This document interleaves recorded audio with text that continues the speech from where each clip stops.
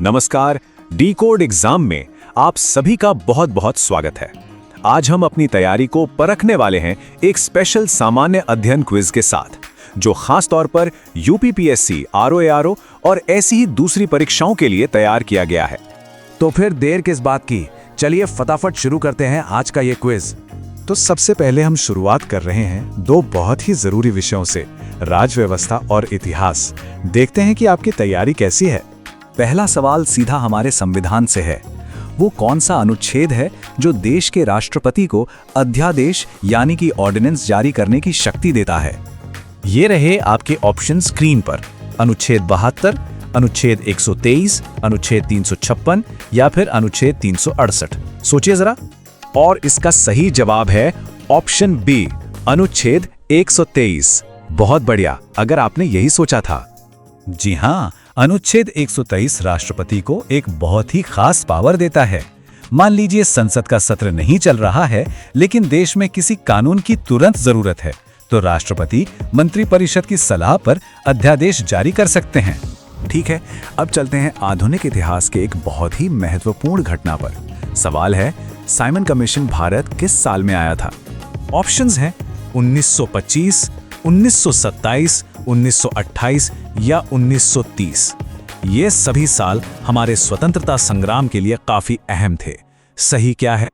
सही जवाब है ऑप्शन सी, साल 1928। यहाँ एक दिलचस्प बात है कि कमीशन बना तो 1927 में था, लेकिन भारत पहुंचा एक साल बाद 1928 में, और इसका इतना जबरदस्त विरोध हुआ क्योंकि भारत के भविष्य का फैसला करने वाली इस कमीशन में एक भी भारतीय सदस्य नहीं था। इसीलिए तो पूरे देश में साइमन गो बैक के नारे लगे थे। चलिए अब इतिहास से निकलकर देश के भूगोल और अर्थव्यवस्था की ओर बढ़ते हैं। देखते हैं अगला सवाल क्या है। सवाल नंबर 3, भूगोल से।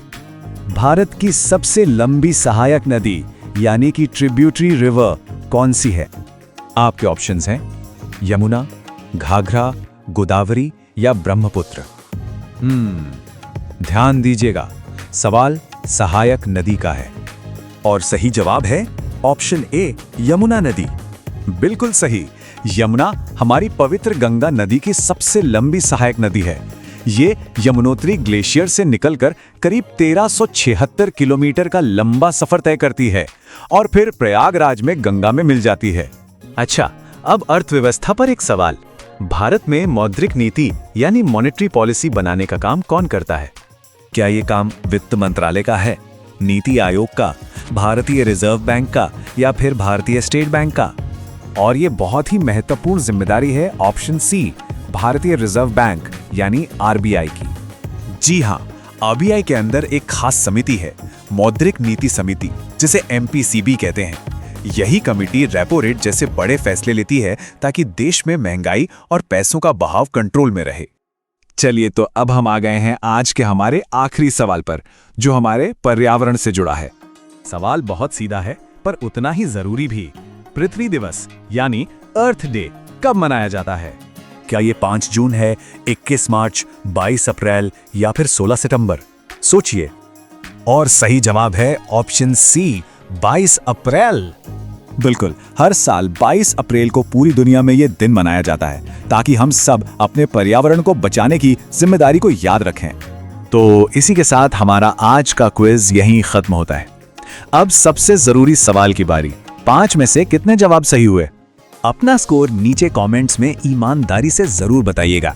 और अगर आपको ये क्विज मजेदार लगा तो ऐसे ही और ज्ञानवर्धक क्विज के लिए हमारे चैनल को फॉलो करना बिल्कुल मत भूलिएगा। याद रखिए, डी कोड एग्जाम आपकी सफलता के इस सफर में हमेशा एक पार्टनर की तरह आपके साथ है। तो बस मेहनत करते रहिए, हम जल्द ही मिलेंगे।